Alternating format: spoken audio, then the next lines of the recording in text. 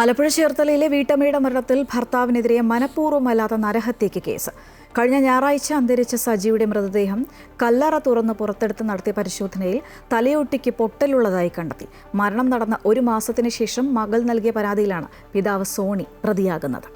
Vandanam medical college ആശുപത്രിയിലെ മോർച്ചറിയിൽ സൂക്ഷിച്ചിരുന്ന മൃതദേഹം ഇന്ന് രാവിലെയാണ് പോസ്റ്റ്മോർട്ടത്തിനായി പുറത്തെടുത്തത്.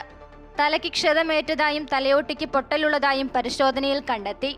തലച്ചോറിനേറ്റ മുറിവാണ് മരണകാരണം. പോലീസ് നിരീക്ഷണത്തിലായിരുന്ന സോണിയെ ചോദ്യം ചെയ്തപ്പോൾ കൊല്ലണമെന്ന ഉദ്ദേശത്തോടെ ആയിരുന്നില്ല ഭാര്യയെ മർദ്ദിച്ചതെന്ന മൊഴിയാണ് നൽകിയത്. പ്രാഥമിക വിവരങ്ങളുടെ അടിസ്ഥാനത്തിൽ BNS 304 വകുപ്പ് പ്രകാരം മനഃപൂർവ്വമല്ലാത്ത നരഹത്യയ്ക്ക് സോണിയെ പ്രതി ചേർത്ത് അറസ്റ്റ് രേഖപ്പെടുത്തി. പിതാവിന്റെ മർദ്ദനമാണ് തന്റെ മാതാവിന്റെ മരണത്തിന് കാരണമെന്ന മകളുടെ പരാതിയിലാണ് കഴിഞ്ഞ ദിവസം സജിയുടെ മൃതദേഹം കല്ലറ തുറന്ന് പുറത്തെടുത്തത്. ജനുവരി 8-ാം തീയതി ചേർത്തലയിലെ സോണിയുടെ വീട്ടിൽ പരസ്ത്രീ ബന്ധം ചോദ്യം ചെയ്തതിനാണ് സജിയെ ക്രൂരമായി മർദ്ദിക്കുന്നത്. തുടർന്ന് 1 മാസമായി വണ്ടാനം മെഡിക്കൽ കോളേജിൽ ചികിത്സയിലിരിക്കെയായിരുന്നു മരണം. അമൃത ന്യൂസ്, ആലപ്പുഴ.